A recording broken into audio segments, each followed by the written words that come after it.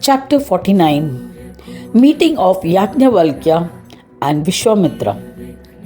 Om Shri Ganeshaya Namaha. Mudgalacharya said, one day the grief-stricken queen went to the forest to meet her daughter, carrying with her ornaments and clothes. Sitting in the chariot, she was unable to locate the ashrama of Ruchika. In the place of the ashrama, there was a town decked in gold and beautifully decorated. Seeing this, she was shocked. She wondered, whom does this town belong to? Did the Devas create this beautiful town? Where did my son-in-law and eminent Bhargava Muni go? Immersed in such thoughts, the heartbroken queen saw a stranger near the town. She was frightened and asked him, whom does this town belong to? The stranger replied, this town belongs to Ruchika, and I am one of his domestic staff. She was astonished. The queen said to him again, the wife of Rishi is my daughter. Convey to her that her mother has arrived in the town. He left with a message. The daughter arrived and took her mother to her home.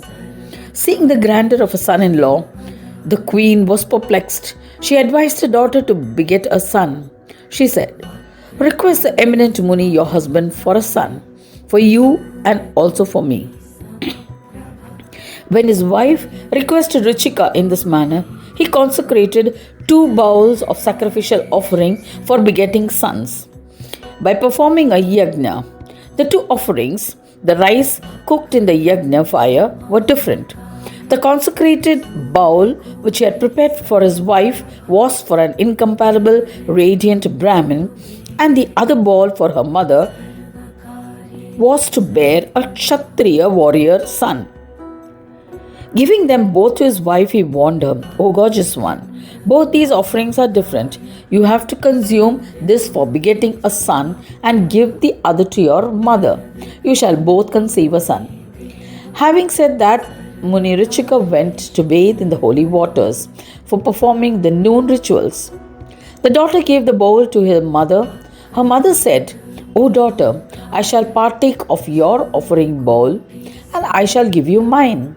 The daughter agreed to her mother's request and they exchanged their offerings.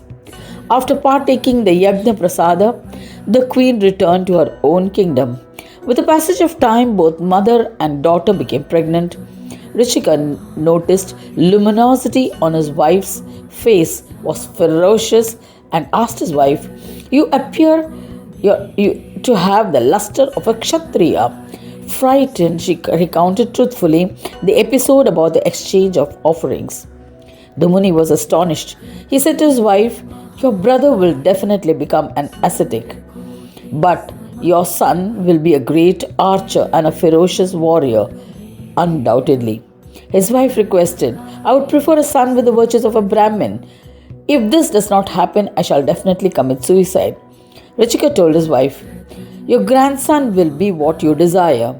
By the powers of his penance, he requested Vishnu to make the fetus aware of this. Ruchika's wife gave birth to the very majestic and ascetic Jamadagni. The son born to Jamadagni was the best among the warriors, Parashurama. Gadi's wife gave birth after 9 months to the great ascetic and valiant Vishwamitra.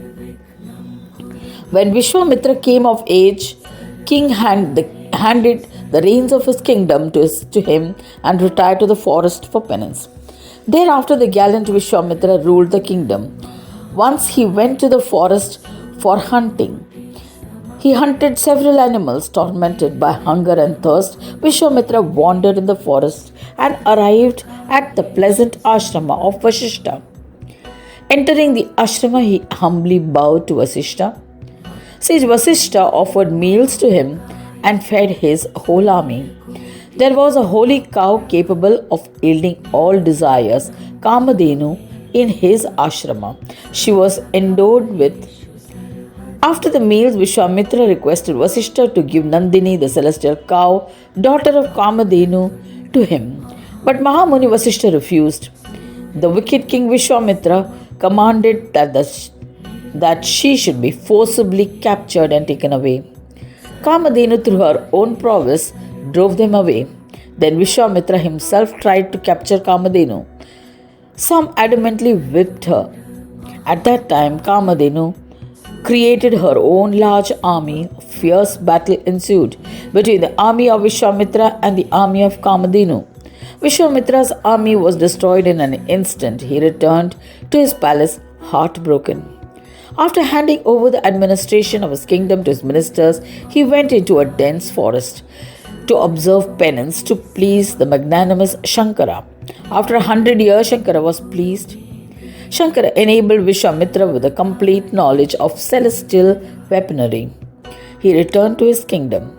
He once again attacked Vasishta with an army well equipped with astras and weapons. Vishwamitra burnt to ashes the ashrama of Vasishta by releasing the Agni Astra, the fire weapon. O Shaunaka, Vasishta retaliated with the Brahmadanda, an astral imbued with the power of Brahma, which rendered all other astras ineffective. With the Brahmadanda, he defeated Vishwamitra. Vishwamitra entreated hastily in fear. The Brahmins pacified Vasishta. He returned to his ashrama. Vishwamitra also returned home. He thought, the prowess of Brahmin is unimaginable and incomparable. The Brahminical power had proved supreme against the contemptible power of Kshatriyas. The Brahmadanda had rendered ineffective all my mighty astras. With these thoughts, he renounced his kingdom and went to the forest. He performed severe penance to achieve Brahmanatva, status of a Brahmin.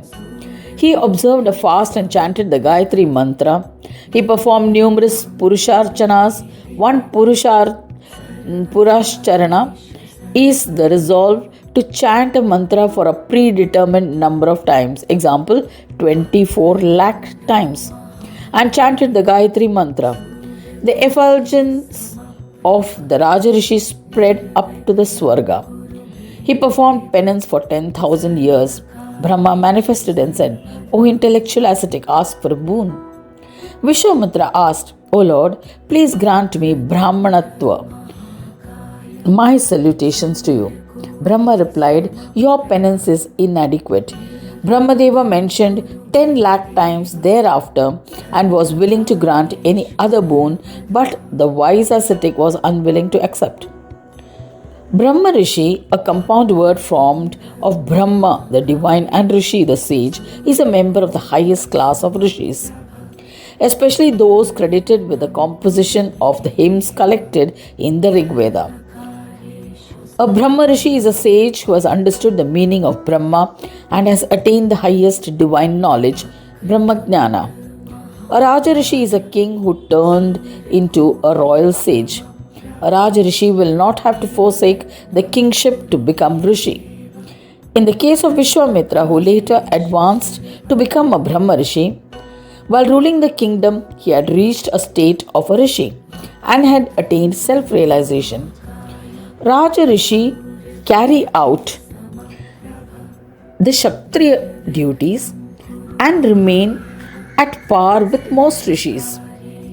Maharshi and Brahma Rishi in their level of spiritual knowledge. The radiance he acquired due to this his penance spread in the 10 directions. The Devas remained under his command. Vishwamitra, Raja Rishi, son of Ghadi, and said to the Brahmins, I have attained the position of a chief Brahma Rishi due to the powers earned by me through penance. All the Brahmins agreed out of fear and saluted him humbly. But Vasishta Muni addressed him as Raja Rishi. Vishwamitra was furious. He tried to kill Vasishta Muni in different ways, but the Mahamuni could not be killed. Vishwamitra was dejected. The great ascetic, whose brilliance had been acquired through penance, returned to his ashrama rueful. At that moment, sage Yagnavalkya, the son of Brahmadeva, arrived unexpectedly. He was a great and powerful Brahmin and was worshipped as Yogeshwara, the lord of yogis. The illustrious Vishwamitra offered him namaskara, performed his puja as ordained with devotion, and joined his hands reverentially, stood in his presence. Vishwamitra said to him, O revered one, my life, my penance, and the study of the Vedas are blessed today, as I am blessed with the darshana of the one who has become united with the divine. Please tell me the reason for your arrival, O Mahamuni. I shall be your disciple and obey all your commands. Thus ends the chapter 49 titled Meeting of Yagnavalkya and Vishwamitra of the first khanda of the Puran Upanishad, Srimad Mudgal Puran, describing the legends of Vakratunda. Dedicated to Sri Gajanana. End of chapter 49.